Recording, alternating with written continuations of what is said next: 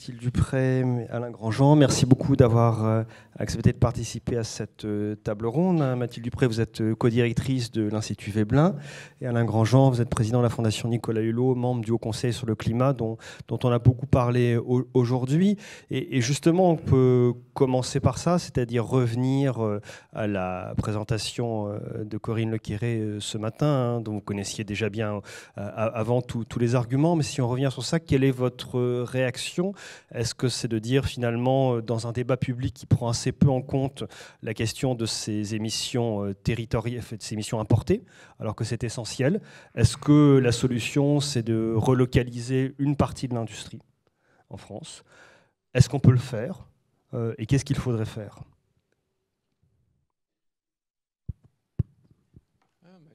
Mathilde. Alors peut-être, bonjour déjà à tous et merci pour cette invitation. Quelques premières réactions un peu à chaud déjà de ce qu'on a entendu ce matin.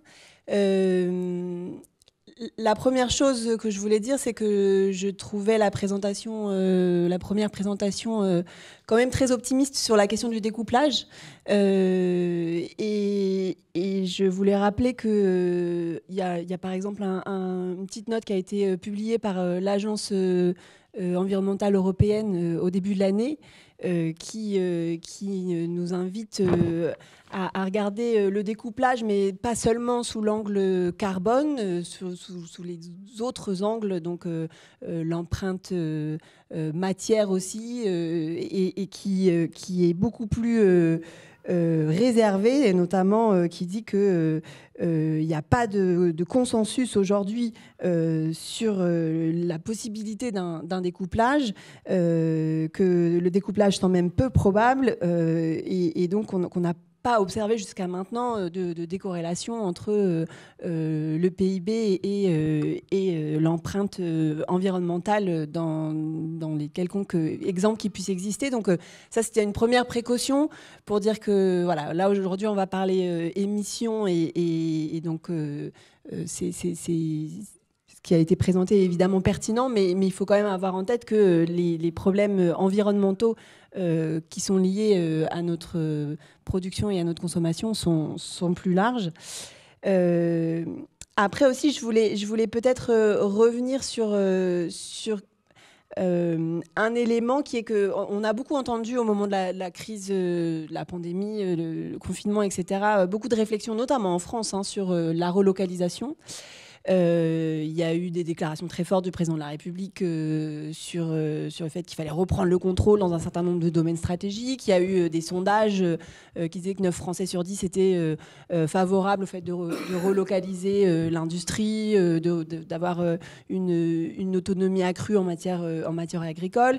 Il y a aussi eu les réflexions de la Convention citoyenne pour le climat qui dressait des recommandations dans ce sens-là. Et je pense que c'est important de serrer les arguments qui sont derrière ces différentes réflexions. Déjà aussi d'avoir conscience qu'au niveau européen, on est assez isolé encore en France sur cette question de la relocalisation, et que finalement, dans ce qui a été rediscuté au niveau européen sur la politique commerciale, on parle d'autonomie stratégique ouverte, mais on n'a pas encore du tout le même type de discussion sur la relocalisation. Et donc, dans les arguments, je pense qu'il y a eu une première série de blocs d'arguments qui étaient sur la résilience de l'Organisation internationale des chaînes d'approvisionnement, parce qu'on a vu qu'elles avaient été très perturbées pendant le confinement, etc.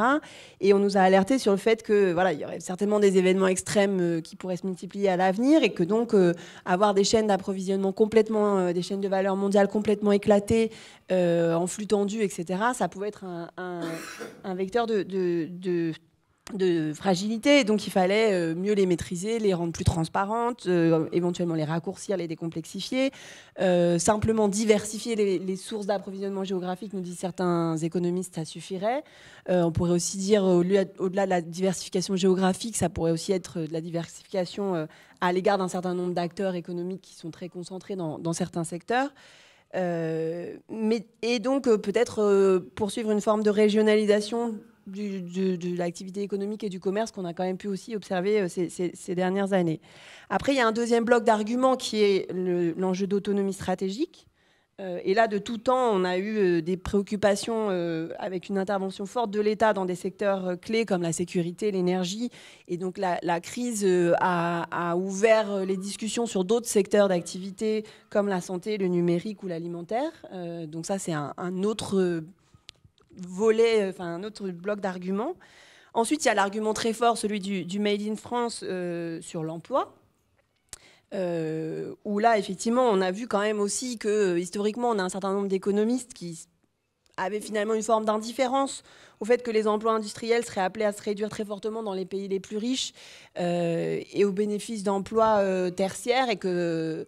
En fait, on le voit, on a été un peu rattrapé par l'histoire dans cette vague-là et que ce mouvement n'est pas neutre. Et donc, comme le résumait assez bien une note qui avait été publiée assez récemment par le CEPI, le secteur industriel, c'est source d'innovation, c'est de meilleures rémunérations pour des qualifications faibles ou intermédiaires. C'est aussi une meilleure répartition de l'activité sur le territoire. Donc, peut-être que c'est intéressant de favoriser des relocalisations ciblées aussi pour ces raisons-là. Et après, il y a l'impact environnemental qui est l'objet de la conférence d'aujourd'hui, où il y a effectivement toute cette question des émissions importées. Donc là, le rapport du Haut Conseil sur le climat disait il y a plusieurs leviers pour essayer d'agir pour réduire ces émissions importées. Il faut effectivement peut-être favoriser la production sur le territoire national d'un certain nombre de choses, notamment en France où on a un mix énergétique relativement décarboné. Ça pourrait avoir un effet assez direct. Il y a aussi le fait de promouvoir une ambition environnementale plus forte dans les pays partenaires.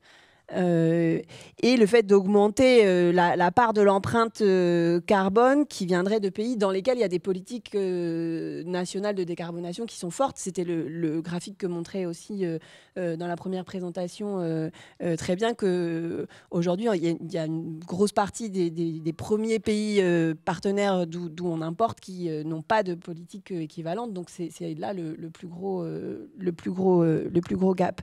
Et donc là, je pense qu'effectivement, au-delà de l'objectif de résilience, c'est des objectifs plus structurels pour nous inviter à changer nos modes de production et de consommation, donc ceux de durabilité, de sobriété, et puis d'organisation des activités économiques mondiales qui seraient sur un mode un peu plus de subsidiarité, où on ramènerait...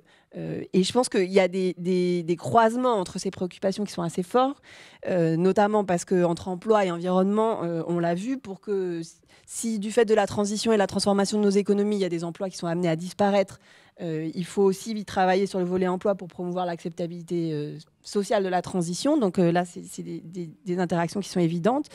Il y a aussi des interactions sur la question de la maîtrise des chaînes de valeur et de la transparence. Si on veut améliorer la traçabilité sociale, environnementale des produits et faire un score carbone, comme ça avait été proposé par la Convention citoyenne pour le climat, il faut avoir une connaissance meilleure de ces chaînes d'approvisionnement et de tous les impacts environnementaux qui peuvent être générés au cours de ces chaînes d'approvisionnement.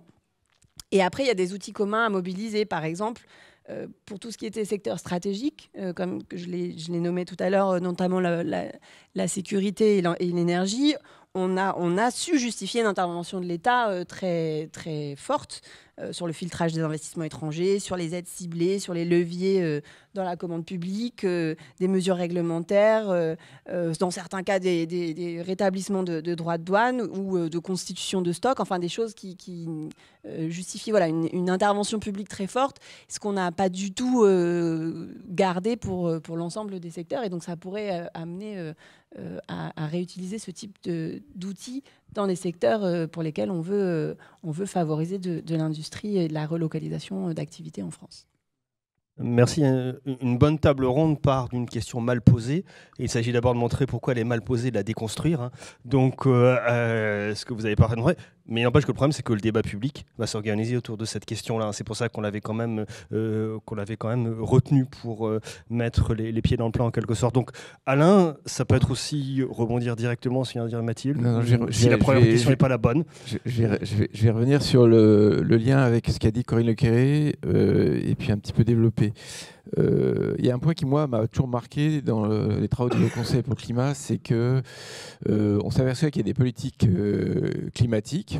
Donc, en France, elles sont très souvent portée par le ministère de la Transition énergétique. Et puis il y a plein d'autres politiques publiques, plein d'autres. Bon. Et quand on dit qu'il y a un défaut de cohérence, c'est pas une anecdote. C'est-à-dire que il peut y avoir des politiques publiques. Là, le pire, je crois, c'était la loi d'orientation mobilité, la LOM. C'est quand même hallucinant. C'est-à-dire qu'on a une stratégie nationale bas carbone. Alors, on pourrait croire, là, quand on ne connaît pas bien le truc, que la stratégie nationale bas carbone, elle est au niveau du Premier ministre, voire du Président, et qu'elle s'impose à l'ensemble des administrations. Et c'est juste pas du tout comme ça que ça se passe. C'est-à-dire qu'on a une stratégie nationale bas carbone qui est dans un silo, et puis on a d'autres politiques publiques. Donc j'ai pris l'exemple de la LOM. Dans les enquêtes qui ont été faites, on s'est rendu compte qu'il y avait des acteurs administratifs qui ne connaissaient pas l'existence de la stratégie nationale bas carbone, et en tous les cas, elle n'était pas conditionnée. Et juridiquement, elle ne l'est pas. La stratégie nationale bas carbone n'emporte pas de pouvoir, j'allais dire régalien, de pouvoir administratif sur les autres lois. Alors, ce qui est vrai de là, c'est évidemment pas du tout anecdotique, parce que la loi d'orientation de mobilité, le transport, je rappelle, c'est le premier poste de l'émission de gaz à effet de serre. Donc, c'est juste complètement hallucinant. Mais dans les autres politiques publiques qui ne sont pas liées à la question climatique, il y a évidemment les politiques commerciales. Évidemment. Je rappelle quand même que dans l'accord de Paris, c'était un mot interdit. Je ne sais pas si on coche, si on fait commerce commercial dans les accords, je ne sais pas s'il y a une occurrence. Je ne crois pas. Hein. Je sais pas. Bon, réciproquement, dans l'OMC, au sein de l'OMC, le climat n'existe pas. Hein. Donc c'est dans les deux sens. Hein. Donc c'est comme si c'était deux questions indépendantes, alors qu'évidemment, le développement des échanges internationaux qui a été massif depuis la Deuxième Guerre mondiale, mais qui s'est fortement accéléré dans les années 80, il n'est pas sans lien avec les émissions de gaz à effet de serre. Bon. Dans les autres grandes politiques publiques qui sont sans lien aujourd'hui avec le climat, il y a évidemment la politique de la concurrence, il y a Olivier Gravette qui l'a rappelé tout à l'heure. Il y a les politiques budgétaires, il y a les politiques monétaires. Donc on est dans un monde très curieux où les grands drivers de la politique économique et de la pensée économique d'ailleurs sont mis à côté de la réflexion sur le climat. Ça me fait penser beaucoup, moi j'ai fait de l'économie de l'environnement dans ma jeunesse, on parlait de taxe carbone, on parlait de... je ne sais pas si on parlait de quota de CO2, on parlait de trucs et de machins, de réglementation d'émissions, mais on ne parlait jamais de toutes les grandes politiques qui sont centrales. Ça, c'était ma première remarque. Ma deuxième remarque, c'est que le titre appelle à penser que le protectionnisme, c'est le contraire du libre-échange et qu'il n'y a que deux options dans les échanges commerciaux internationaux, c'est soit le libre-échange, soit le protectionnisme. Une vision complètement fausse. Qui est assez largement partagée. Donc c'est vrai qu'on est bien obligé de partir de ce que pensent les citoyens, mais vraiment c'est très faux. C'est-à-dire qu'il y a tout un tas d'autres organisations que le protectionnisme et que le libre-échange. Ce que je sais, moi, c'est qu'il y a deux idées un peu reçues qui sont le libre-échange, c'est bon pour l'ensemble de l'économie, c'est bon pour la consommation. Et donc, dans les institutions, mais y compris la FAO, hein, y compris sur la question de la faim dans le monde, il y a des plaidoyers pour le libre-échange. Donc ça, c'est faux. Enfin, je veux dire, c'est académiquement faux. Il n'y a vraiment pas de preuve académique sérieuse comme quoi le libre-échange est forcément bon pour le bien-être social. Et puis, l'autre idée reçue qui oppose le libre-échange au protectionnisme est tout aussi fausse. Il y a plein de zones de gris, il y a plein de solutions intermédiaires et on n'est pas soit d'un côté entièrement ouvert aux échanges sans douane, sans tarif douanier, sans mesures non tarifaires, ou de l'autre côté protectionniste. Ça, c'est vraiment complètement clair aussi. Le libre-échange, pourquoi, de mon point de vue, c'est un problème et pourquoi donc c'est plutôt une bonne nouvelle qu'on avance vers des solutions intermédiaires, hein, qui ne sont pas le repli protectionniste, mais qui ne sont pas non plus l'ouverture sans contrainte, c'est que le libre-échange, il est souvent, et généralement vu en économie, comme vu du point de vue du consommateur. Donc c'était aussi un des points qu'a bien montré les deux exposés précédents. Combien montré les deux exposés précédents, c'est que partir que du point de vue du consommateur, c'est oublier l'emploi, le travailleur. Et puis, c'est oublier le citoyen.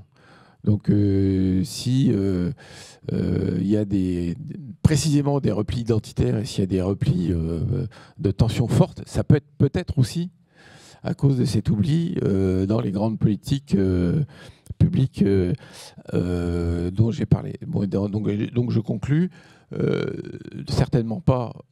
Il n'est certainement pas nécessaire d'être protectionniste pour décarboner le monde, si je réponds à la question. En revanche, il est très utile de déconstruire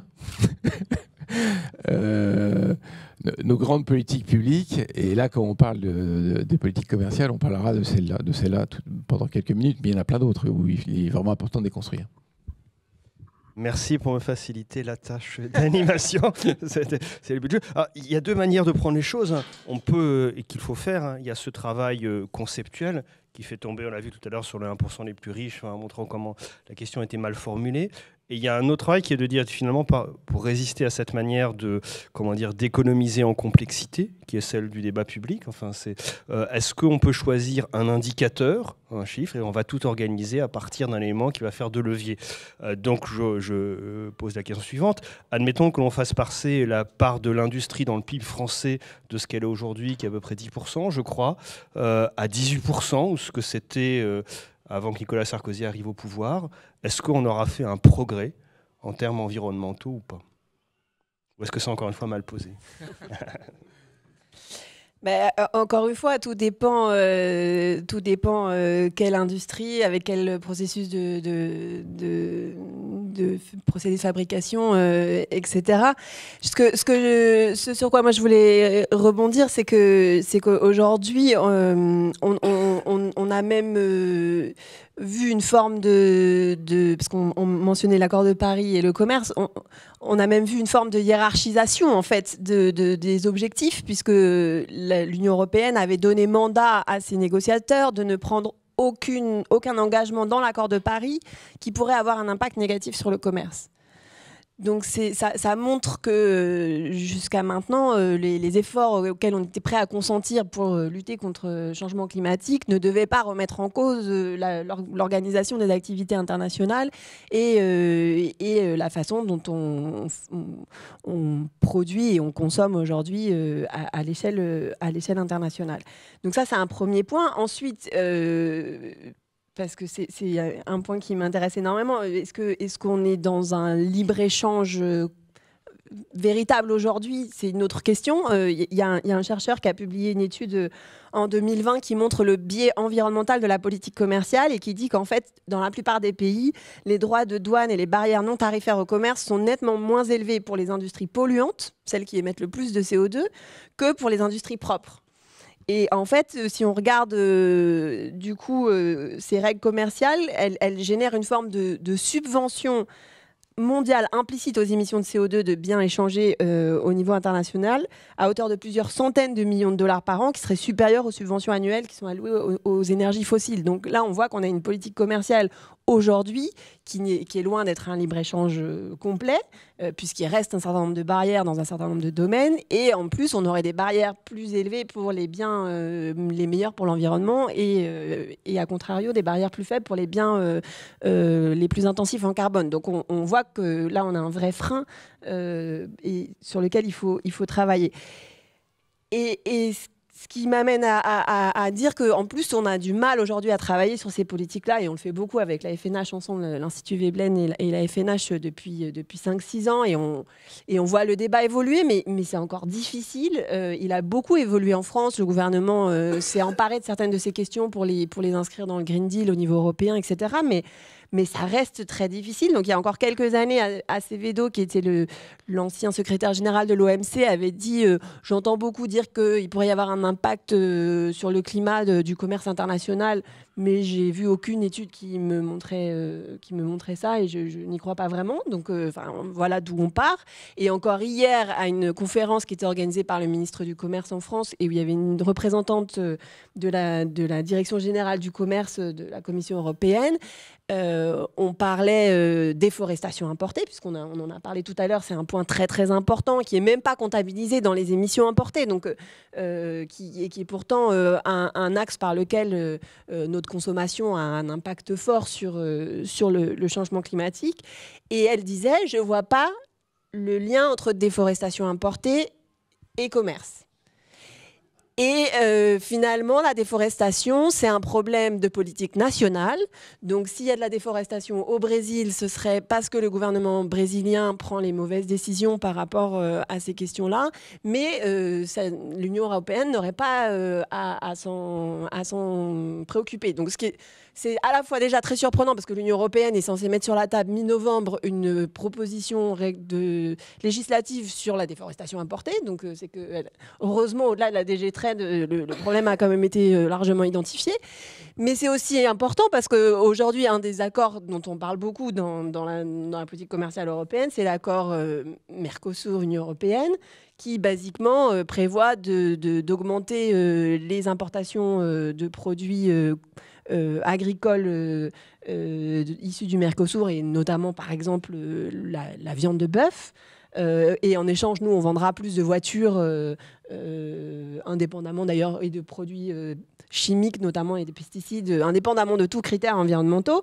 Et il y a une commission d'experts qui a travaillé, qui a été mandatée par le gouvernement, qui nous a dit, rien que sur la viande de bœuf, les augmentations qui sont prévues dans les exportations, ça pourrait accélérer la déforestation dans l'Amazonie de 5 à 25% par an pendant 6 ans, pendant les 6 premières années de la mise en œuvre de cet accord. Donc là, on est sur des choses où il y a évidemment un lien direct et des politiques à mettre en place pour s'assurer que la consommation européenne ne génère pas des impacts absolument dramatiques tels que de la déforestation. Enfin, voilà, il y aurait certainement beaucoup de choses à faire en unilatéral, avec des règles comme des règles contre la déforestation importée, et revoir complètement le contenu de ce type d'accord de commerce qui va au sens contraire de l'histoire aujourd'hui. Ouais, je vais répondre à la question par plutôt oui. Plutôt oui, c'est-à-dire que la question c'est est-ce que si on augmentait la part de l'industrie, alors je vais être peut-être un peu plus global que l'industrie. Mathilde avait raison de parler d'agriculture. On est aujourd'hui en train de subir des pertes de marché sur les fruits et légumes, par exemple, qui circulent de plus en plus en étant apportés. Donc, dans l'empreinte carbone liée au commerce international, il y a deux sujets différents. Il y a le transport en tant que tel. C'est quand même extrêmement clair que plus on transporte de marchandises dans un sens et dans l'autre, et plus on transporte de personnes, plus on augmente les émissions de CO2. Et même si le transport maritime est relativement peu émissif, il est tellement important qu'il y a quand même des volumes très significatifs. Bon. Ça, c'est le premier point. Donc forcément, si on réduit un peu ça, on réduit les émissions de gaz à effet de serre, alors en l'occurrence de CO2. Et puis il y a le deuxième point, c'est le contenu en carbone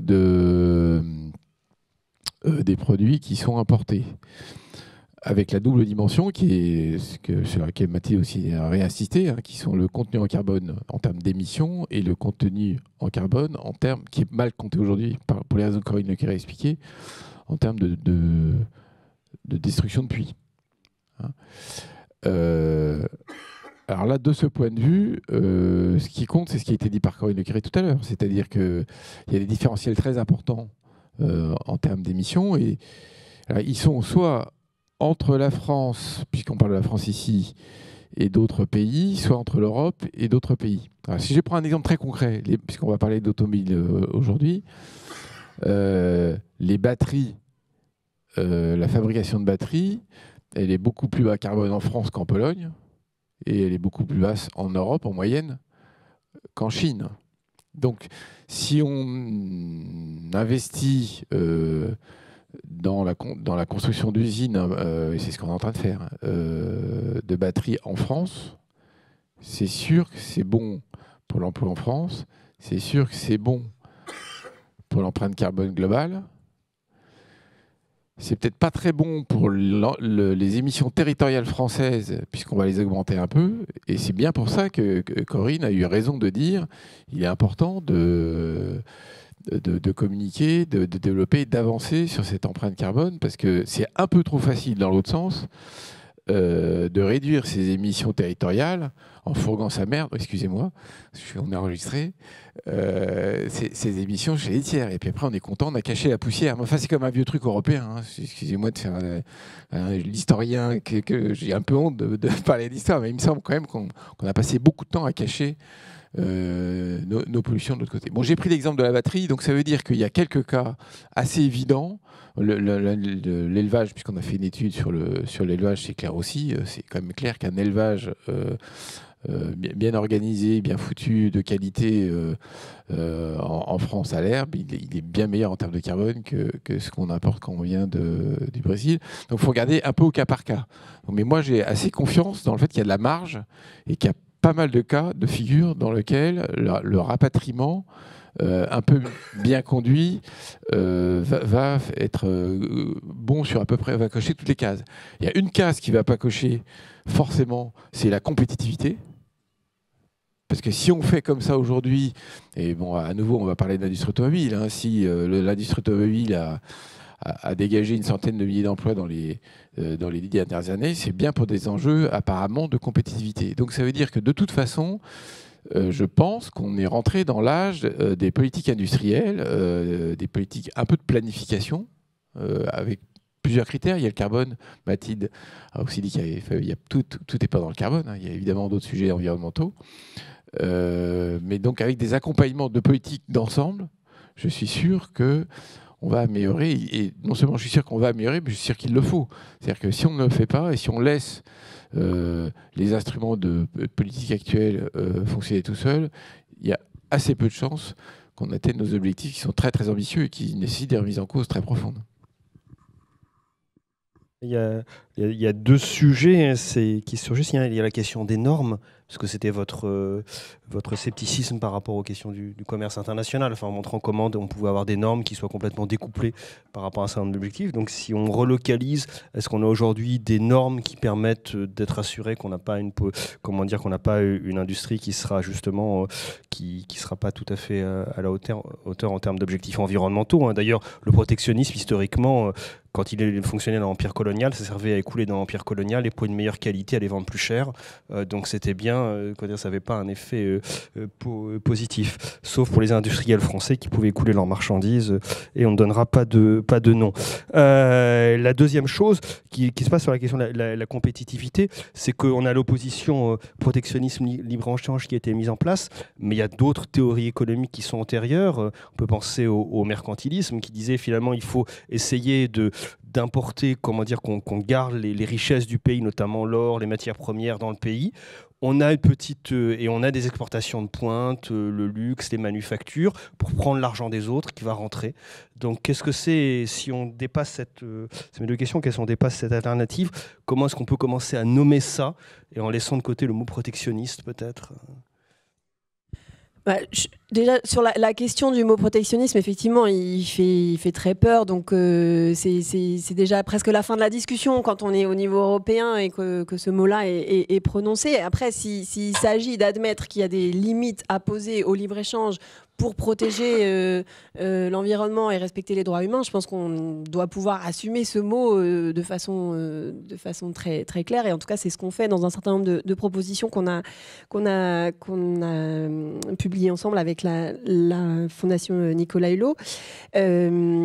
Après, effectivement, ce qu'on a montré dans nos travaux et en regardant en détail des accords de commerce comme le CETA, l'accord UE-Mercosur, etc., c'est qu'en fait, aujourd'hui, on a des règles et des standards qui s'appliquent dans l'Union européenne et qui ne sont pas du tout imposés aux produits importés. Et donc, ça nous pose une question majeure qui est celle du pacte qu'on a à l'intérieur de l'Union européenne, puisqu'on est quand même en train de travailler dans l'Union européenne sur un projet de Green Deal européen avec des objectifs environnementaux qui sont affichés, qui sont quand même extrêmement ambitieux, la neutralité climatique à 2050 et une économie dont la croissance serait découplée de l'utilisation de ressources. Donc, si on est sérieux avec ces deux objectifs-là, ça veut dire quand même qu'on veut transformer en profondeur notre système économique. Mais ça, on ne peut pas le faire en imposant des règles et des standards uniquement aux producteurs européens et en laissant dans le même temps entrer des produits qui ne sont pas du tout soumis au même niveau d'exigence. Ce n'est pas possible. Et enfin, on l'a montré beaucoup en agriculture avec des standards de poids, de mesure, des pesticides qui sont interdits dans l'Union européenne et qui sont utilisés pour les produits importés, des choses très différentes dans l'élevage aussi, etc. Mais je le disais, sur des sujets carbone, c'est aussi le cas sur la déforestation, c'est très clair. Et c'est aussi toute la question autour de l'ajustement carbone aux frontières que justement l'Union européenne a mis dans son Green Deal. Si on veut renforcer les objectifs de réduction des émissions par filière dans les différents secteurs de l'Union européenne, à un moment, il faut penser un système d'écluses climatique à la frontière qui essaye de vérifier que les produits qui sont importés, ils ont été soumis peu ou prou au même système de contraintes. Et c'est difficile à mettre en œuvre. Parce qu'effectivement, il y a des pays qui font le choix de le faire par de la fiscalité et d'autres par des normes, parce que c'est entre les réglementations qui sont affichées et la mise en œuvre effective, il peut y avoir aussi des décalages, etc. Mais c'est quand même vers ce type d'instrument qu'il faut aller si on veut embarquer tout le monde. Et là, on voit dans le Green Deal, il y a eu aussi une stratégie de la ferme à la fourchette, la farm to fork, qui est aussi très ambitieuse, notamment avec des objectifs de réduction des pesticides de 50% d'ici 2030, etc. Et elle est en train on voit un énorme mouvement contre la mise en œuvre de cette stratégie en disant ça va ruiner l'économie européenne si on le fait parce que on pourra plus exporter, parce que on sera plus compétitif, etc. Donc il faut maintenant penser ces politiques-là de façon cohérente et on n'y est pas encore. On commence à toucher le sujet du doigt, mais on n'y est pas encore. Après, sur ce à quoi doit ressembler un modèle demain.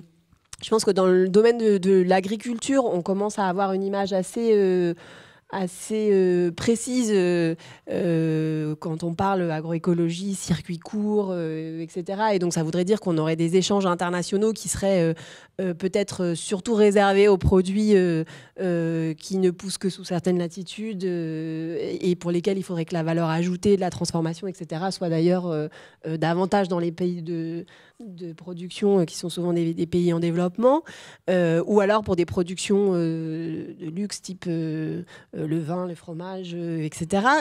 Mais effectivement, il y a un certain nombre de commodités qui sont aujourd'hui échangées comme des commodités internationales qui devraient certainement plus l'être. Quand on passe par contre sur le domaine de l'industrie, tout cet effort de faire des scénarios et de savoir à quoi ça devrait ressembler plus exactement, il y a encore beaucoup plus de travail, je pense, et les idées sont moins précises. France 2030, ça répond à cela ou c'est un imaginaire daté ouais, des 30 glorieuses? Moi, c'est le sentiment que j'ai eu, mais bon, j'ai pas regardé en détail, donc c'est trop récent. Mais comme ça, le premier choc, la première impression, c'est l'impression Pompidou, quoi. Hein, dans la bande-annonce d'ailleurs du départ, enfin la conférence, il y a les images. Ouais, non, j'ai eu ce sentiment-là, c'est-à-dire que espèce de rêve. Alors c'est caricatural dans le domaine de l'agriculture. Enfin, c'est même limite scandaleux pour appeler un chat un chat, parce qu'on va nous faire croire qu'en mettant des drones, c'est des images. Hein, je redis, je discute pas du contenu en détail parce que j'ai pas eu le temps de le faire. Donc excusez-moi, là je fais de l'image. Donc c'est vrai que ça fait bizarre quoi, de se dire aujourd'hui le modèle. L'imaginaire, c'est de mettre des drones et d'être précis dans la quantité de pesticides qu'on balance. Je ne suis pas sûr que ça corresponde complètement au choix social actuel. Je pense qu'il y a un décalage assez fort entre les attentes sociales qui sont, quand même, en termes de santé et environnement, qui sont extrêmement fortes, et l'imaginaire qui est derrière cette annonce. Ça, c'est sur la partie agriculture.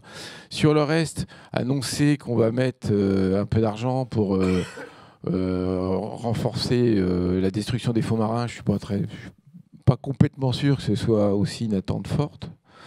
Quant au SMR, bon, c'est les petits réacteurs modulaires. Bon, c'est clair que c'est des études qui sont menées par EDF. Aujourd'hui, la direction de la R&D de EDF bosse sur un petit EPR parce que le gros EPR, il est invendable. Donc, une fois qu'on les aura plantés en France, on sera planté. Donc, c'est pas étonnant qu'ils le fassent. Mais tout ça, moi, me fait pas rêver, si c'est ça la question.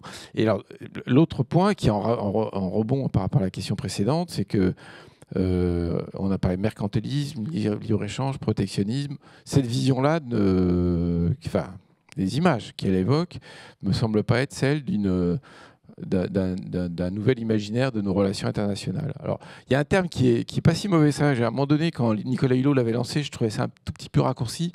Il parle souvent de juste échange. Et c'est pas si bête, parce que dans juste, il y a justice. Ouais, Olivier, t'es pas d'accord, mais on est là pour discuter. Hein.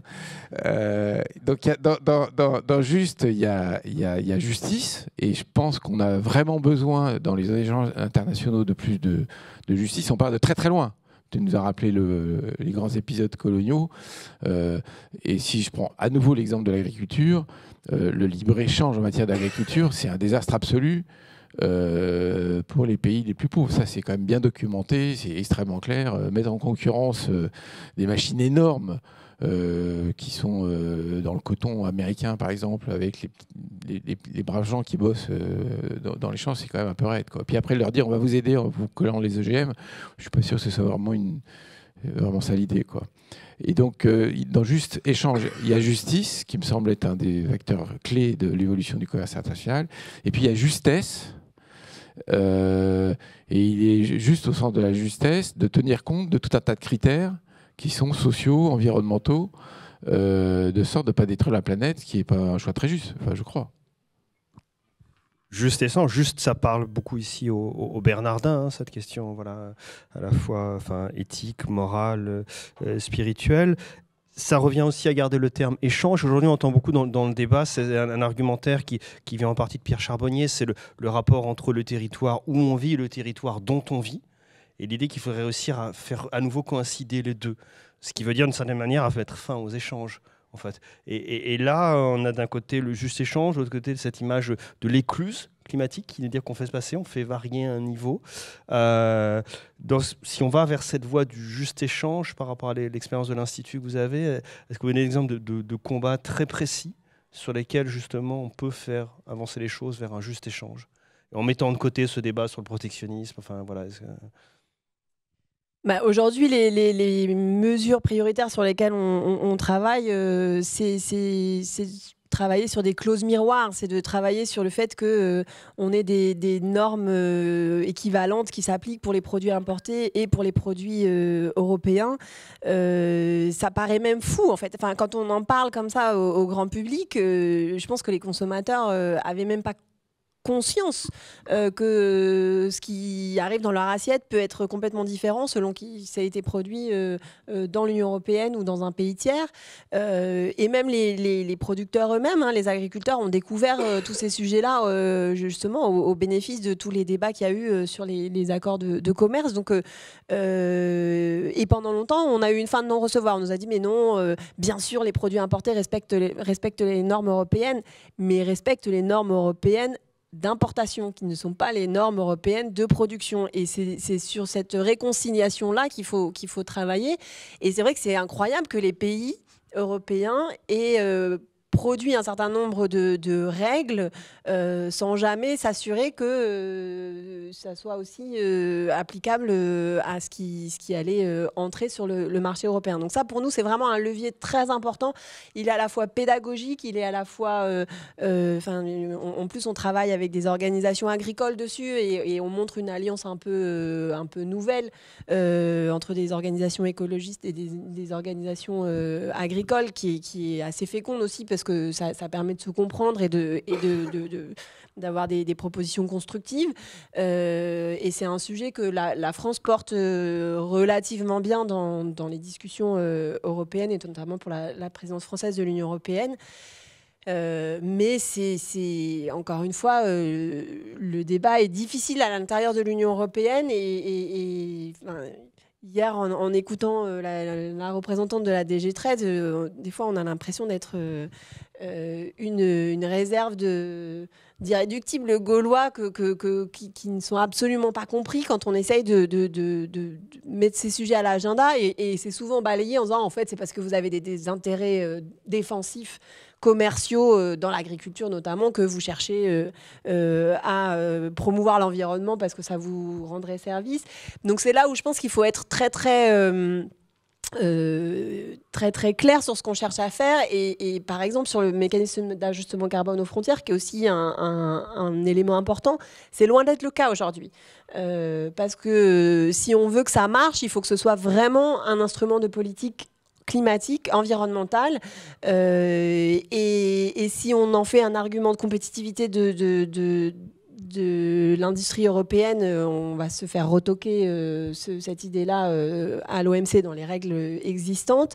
Et il faut aussi qu'on convainque nos partenaires qu'on le fait pour des bonnes raisons et que le but du jeu, c'est que tout le monde rehausse son niveau d'ambition environnementale et que s'il y a des exigences similaires dans les pays tiers, ils pourront continuer à commercer parce que on sera assuré que nos émissions importées seront pas plus fortes si on commerce avec eux. Donc ça, c'est vraiment important. Et je pense que, parce qu'après l'autre argument, il y a un argument sur le protectionnisme qui est on peut pas parce que ça augmente les prix pour les consommateurs et l'autre argument c'est on peut pas parce que ça générerait une guerre commerciale généralisée et donc on aurait des rétorsions et ce serait le bazar et c'est là où effectivement il faut essayer d'organiser ces discussions-là de la façon la plus multilatérale possible et dire on est certainement allé trop loin aujourd'hui dans la libéralisation des échanges, il faut qu'on revienne un pas en arrière pour que les États réacquièrent des marges de manœuvre pour pouvoir mener les politiques publiques dont on a besoin pour faire la transition écologique. Et si possible, faisons-le en bonne intelligence, de façon concertée, parce que c'est des objectifs. Voilà, il n'y a pas que la France qui est tenue de respecter l'accord de Paris. Et donc, si on a tous besoin de retrouver ces marges de manœuvre, faisons-le de façon ordonnée et dans une discussion en bonne entente. Oui, moi je rebondis là-dessus parce que je crois qu'il y a vraiment un problème de fond. Institutionnelle, c'est-à-dire que l'Organisation mondiale du commerce, elle est fondée sur deux idées qui sont mélangées dans la tête de tout le monde, qui sont l'idée du multilatéralisme, c'est-à-dire que l'OMC depuis le début, et quand on discute avec Pascal Lamy, c'est extrêmement clair, il a vraiment envie, c'est vraiment un idéal pour d'avoir des organisations multilatérales très précisément parce qu'ils sentent bien, ils savent, et là c'est vraiment assez solide, que le sujet des rétorsions et le sujet des bagarres commerciales, c'est pas le sujet du protectionnisme, hein, c'est le sujet de ce qui s'est passé entre les États-Unis et la Chine quand Trump était un peu rapide dans ses décisions, est un bazar, hein, et n'est pas souhaitable. Mais ce multilatéralisme, il a été mélangé avec le libre-échange. C'est-à-dire que le deuxième idéal simultané de l'OMC a été de dire qu'il faut supprimer les barrières aux frontières tarifaires ou non tarifaires. Bon. Cette confusion, ça crée un problème de fond et à mon avis, c'est à ce niveau-là un changement structurel qu'il faut réussir à mener, c'est-à-dire faire de sorte que l'OMC devienne l'Organisation mondiale du commerce soutenable ou je sais pas quoi, une idée ou du juste échange, enfin, je sais pas, un truc qui garde comment on dit, il ne faut pas jeter le bébé avec l'eau du bain, quoi. Bon, c'est ça l'idée. Gardons le bébé, mais les eaux vaseuses du libre-échange, essayons de les mettre un peu dehors, quoi. Bon, et puis mon deuxième point, c'est l'Union européenne. C'est-à-dire que c'était le traité de Rome qui est fondateur comment ça s'appelait à l'époque, la Communauté européenne. Bon. Et donc... Et c'est quand même au sein de l'Union européenne qu'on a réussi à inventer l'idée que ce serait intelligent d'avoir un libre-échange, un échange libre des capitaux, de la circulation des capitaux, des biens et services et des personnes, et qu'en faisant ça, c'est le meilleur des mondes qui nous arrive. Sauf que ça ne marche pas. Bon, d'une part, ça ne marche pas parce que on voit bien que ça ne marche pas, ça crée des augmentations d'inégalités importantes, ça crée des problèmes environnementaux dans tous les coins, ou en tout cas ça y contribue à défaut de créer, il n'y a pas que ça. Et puis deuxièmement, il y a un problème majeur, c'est que je crois qu'on n'en a pas assez discuté tous ensemble. Donc il y a une question démocratique, on n'a pas bien pesé ce que ça allait avoir comme conséquence. Parce que la conséquence majeure, c'est que quand on a installé une ouverture complète, revenir en arrière, c'est très dur. C'est extrêmement dur, parce que évidemment, on se tape les rétorsions et on se tape tous les arguments de madame, dont je ne me rappelle plus le nom, de la DG Trade, qui est aussi bornée que la DG Concurrence.